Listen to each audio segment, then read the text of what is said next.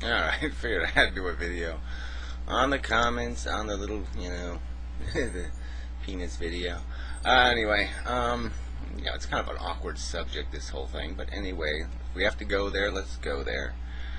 Alright, so some asshole, ex-Gunner Rumblebo, don't get your stance on this issue at all. You're now basically saying that this kind of wasted suffering, which could be easily avoided, doesn't matter.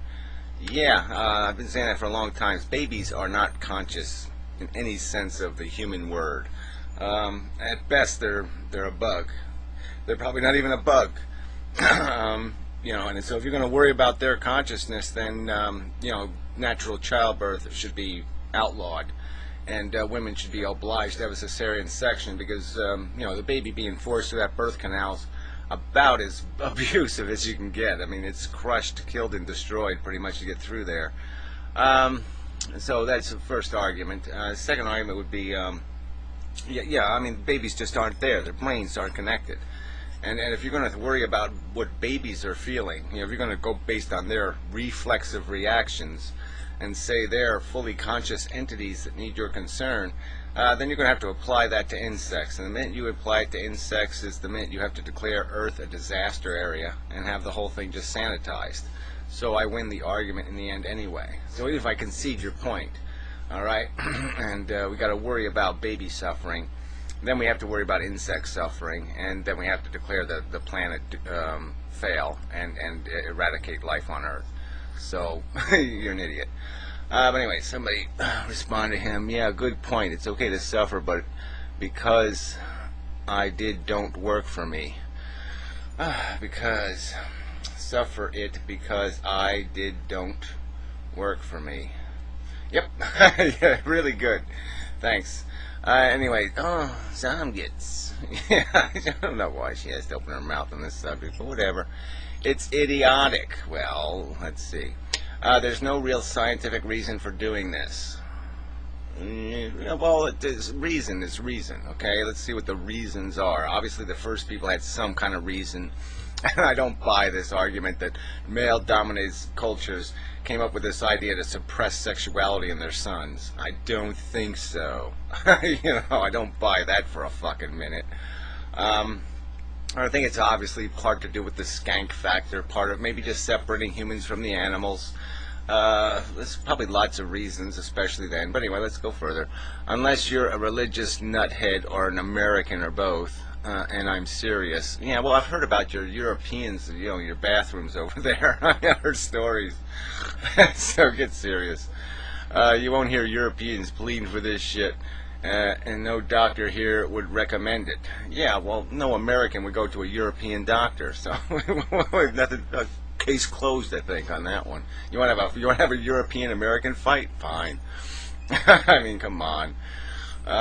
There's no reason why you people bleed your animals to death over there, don't you? There's no reason why proper hygiene education should be replaced with surgery. Well, it's not about proper hygiene education. And let's do it.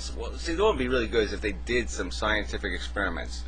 And so let's see if there's this desensitizing factor. So we'll see, we'll take a bunch of uncircumcised men and circumcised men. We'll see if they can feel the difference with their penis between the Empire State Building and maybe the UN building. Or we go over to Europe to one of your bird shit covered statues and see if they can tell the difference between, the horse statue and the other horse statue. No, we could do some experiments, right? See if they can tell the difference between like nylon and rayon and silk. See if this bullshit is actually true, that there's heightened sensitivity.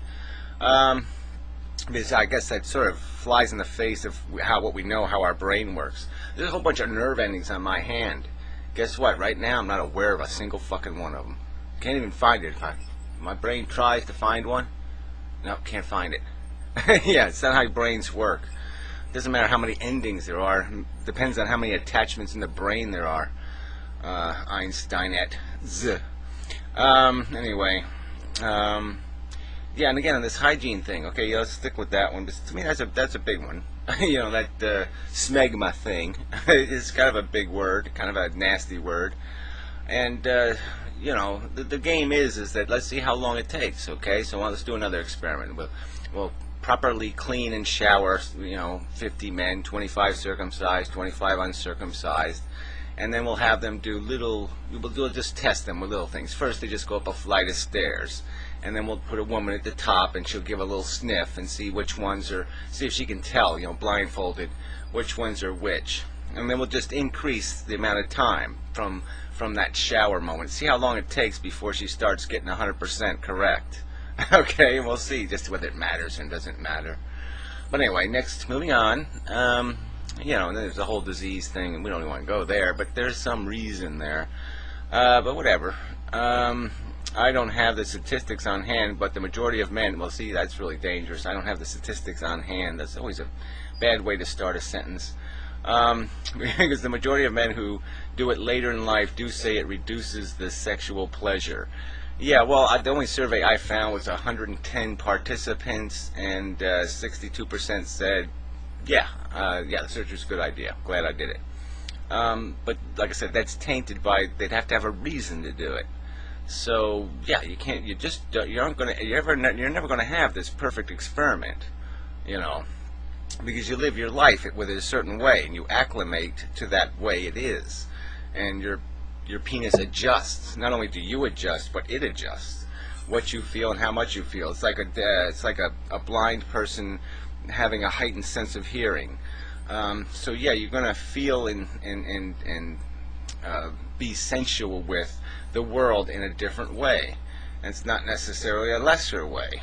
And so I don't think this argument is decidable by some kind of, we can write it in the hard fact book that circumcision has no value. I just don't think we're at that point yet. But you want to pretend we are, go ahead and fucking pretend. But I think you're being an idioticist. I don't have, the statistics, reduces sexual pleasure. I mean, it's just a joke, reduces sexual pleasure. I mean, come on. Let's see, sex lasts longer, but pleasure's reduced. No, I don't think so. I don't think those two go together.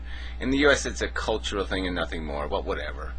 I think it has, I think there's a perception of more, and I think it's based on the fact that, yeah, I mean, it just doesn't look like something very functional. Okay, it looks like kind of the Model A version, so yeah, but whatever. I just don't see why you're making the decision. What do you know about it? Absolutely nothing. Yeah, it's kind of silly. So anyway, so this is Joan Michelle. If you ask me, I refuse to suck off a man who is uncut. That shit is disgusting. See, that's reason enough right there. From my psychology. So I say, yeah, go ahead, make more, uncircumcised men, then I'll become more and more rare, and that can only be good for me. So I'm all for it, because even at 90, I might be real charming. If I got the only one. Ooh, yeah, cool. Anyway, I mean, this is just a silly argument. These people are arguing like somehow. I mean, how obsessed can you be with your penis?